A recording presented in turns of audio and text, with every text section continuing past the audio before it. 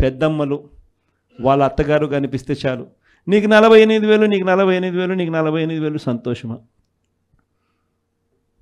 20 ఏళ్ళ పిల్లోడు ఇంట్లో నుంచి బయటకు వస్తే చాలు, నీకు 36,000, నీకు 36,000, నీకు 36,000 సంతోషమా? ఇంట్లో నుంచి రైతు కండువా వేసుకొని బయటకు వస్తే చాలు, నీకు 20,000, నీకు 20,000, నీకు 20,000 సంతోషమా అనే మాటలు ఈ రోజుకి కూడా నా దగ్గరికి మన ఎమ్మెల్యేలు కూడా నా దగ్గరికి వచ్చి చెప్పారు. చాలామంది కూడా చెప్పినారు, అన్న ఈ రకంగా చెప్తా ఉన్నారన్న, మనమేమో కుటుంబం మొత్తానికి సహాయం మనం చేస్తూ ఉంటే వీళ్ళు ఇంట్లో ఉన్న ప్రతి ఒక్కరికి కూడా మేము చేస్తాము అని చెప్పి చెప్పడం మొదలు పెడతా ఉన్నారు.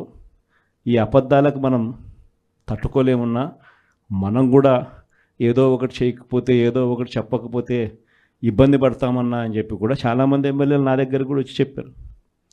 కానీ చెప్పినప్పటికి కూడా నేను చేయలేకపోయా.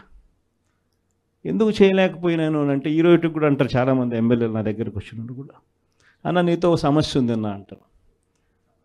ఏంది నా సమస్య అని చెప్పి నేను అడిగితే, అన్న నీతో ప్రాబ్లం నీలో అతి మంచితనము, అతి నిజాయితీతనం, ఈ రెండు నీతో ఉన్న సమస్యలు అన్నా అని చెప్పి కూడా అంటారు. వాస్తవమే, అతి నిజాయితీతనము, అతి మంచితనము, ఈ రెండు బహుశా నాకున్న ప్రాబ్లమ్సే కావచ్చేమో. కానీ మళ్ళీ రేపొద్దున మనం అధికారంలోకి వచ్చేసరికి మాత్రం మళ్ళీ అవే కారణాల వల్లే మళ్ళీ మనం రేపొద్దున అధికారంలోకి వస్తామన్న మాట కూడా అంతే వాస్తవం. ప్రైవేట్ స్కూళ్ళు గవర్నమెంట్ స్కూళ్ళల్లో పోటీ పడగలుగుతాయా, ఇది సాధ్యమేనా అని చెప్పి అనుకునే పరిస్థితి నుంచి ప్రతి 6వ తరగతి నుంచి ప్రతి క్లాస్ రూమ్లోనూ డిజిటల్ క్లాస్ రూములు తయారు చేసి ఇవన్నీ తీసుకొచ్చి మన హయాంలో గర్వంగా కూడా తలెత్తుకొని చెప్పగలుగుతాం. ప్రైవేట్ స్కూళ్ళు గవర్నమెంట్ స్కూళ్ళతో పోటీ పడే పరిస్థితి వచ్చింది అని అంటే అది ఒక్క వైఎస్ఆర్సీపీ హయాంలో మాత్రమే. వసతి దీవెన గాలికి ఎగిరిపోయింది.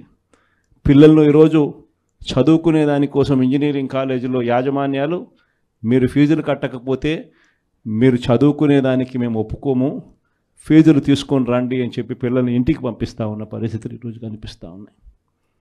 వైద్య రంగం పరిస్థితి కూడా అంతే దయనీయంగా ఉంది. ఆరోగ్యశ్రీ సేవలు మార్చి నుంచి ఇంతవరకు బిల్స్ లేవు. వ్యవసాయం పరిస్థితి అంతే.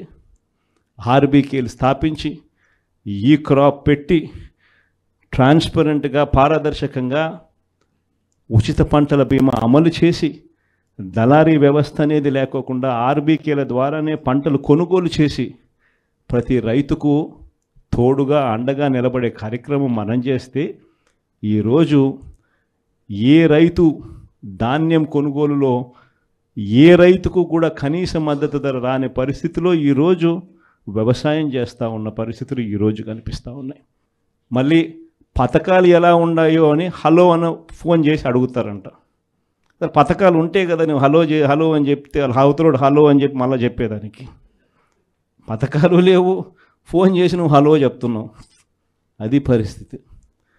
ఇంత దారుణమైన పరిస్థితుల్లో ఒకవైపున ఉంటే మరోవైపున చూస్తే విచ్చలవిడిగా కరప్షన్. ఇసుక రేట్లు మనకన్నా తక్కువ రేట్లకు ఇస్తామన్నారు. ఈరోజు చూస్తే కనీసం ఆ రోజు రాష్ట్ర ప్రభుత్వానికి కనీసం ఖజానాకు డబ్బులు వచ్చేటివి. ఈరోజు రాష్ట్ర ప్రభుత్వానికి రూపాయి కూడా డబ్బు ఆదాయం రాకపోగా ఇసుక రేట్లు చూస్తే డబల్. ఈరోజు మద్యం పరిస్థితి చూస్తే గవర్నమెంట్ నడిపే మద్యం షాపులు పూర్తిగా రద్దు. ప్రతి గ్రామంలోనూ వేలం వేసి బెల్ట్ షాపులు 2 లక్షలు 3 లక్షలు అని చెప్పి వేలం వేసి మరీ బెల్ట్ షాపులు నడుపుతూ ఉన్నారు. 6 నెలలు అయిపోయింది. ఇక మనం కూడా ప్రజల తరపున నిలబడాల్సిన సమయం వచ్చింది అని చెప్పి గట్టిగా కూడా మళ్ళీ చెయ్యి కలిపి పనిచేయాలి అని చెప్పి చెప్పడానికి మళ్ళీ మిమ్మల్ని అందరినీ కూడా ఇక్కడికి రమ్మని చెప్పడం జరిగింది. నా ప్రోగ్రాం సంక్రాంతి తర్వాత నా ప్రోగ్రాములు కూడా జిల్లాల్లో స్టార్ట్ అవుతాయి. నేను కూడా సంక్రాంతి అయిపోయిన తర్వాత జనవరి 3వ వారం నుంచి, జనవరి చివరిలోనో జనవరి 3వ వారం నుంచో నా ప్రోగ్రాములు కూడా జిల్లాల్లో స్టార్ట్ అవుతాయి. నేను కూడా ప్రతి జిల్లాలోనూ అక్కడే నిద్ర చేస్తా. ప్రతి బుధవారం ప్రతి గురువారం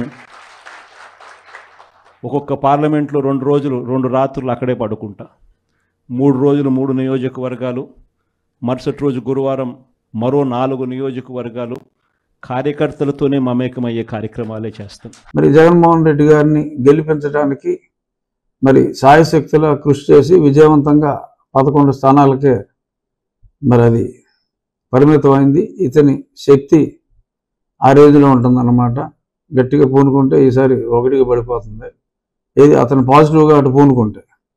సో ఎంత సేవ చేశాడో జగన్మోహన్ రెడ్డి గారికి అందరికీ తెలిసిందే. మరి ఈయన ఇప్పుడు సడన్గా గతంలో ఆయన మాట్లాడిన మాటలు అందరూ విన్నారు. ఓ బ్రిటిష్ మీరు మాకు పూజించుకోవడానికి ఒక చర్చను ఇచ్చారు అని ఈ రకంగా చర్చ ఔన్నత్యాన్ని, బ్రిటిష్ వారి ఔన్నత్యాన్ని కూడా మాట్లాడిన వీడియోలు ఉన్నాయి. అతని క్లిప్పింగ్లో తీసిన ఆ బిట్లన్నీ నా దగ్గర ఉన్నాయి. మరి ఇప్పుడు ఓపెన్గా మరి గత ప్రభుత్వం అంటే కళ్ళు మూసుకుంది. ఇప్పుడు ఓపెన్గా హైదరాబాద్లో ఆంధ్రప్రదేశ్ ప్రస్తుతం ఏ పోస్టు లేకుండా ఉన్న అధికారి దేశ విదేశాల్లో గోల్ఫ్లు ఆడుకుంటూ అక్రమంగా సంపాదనలు చేసుకుంటూ తిరుగుతున్న ఒక అధికారిని మళ్ళీ అంబేద్కర్ ఇండియా మిషన్ తరపున హిందూ ఆర్గనైజేషన్లో మరి పిలవటం నాకు చాలా సంభ్రమాశ్చర్యాలకి లోనయ్యేలాగా చేసింది.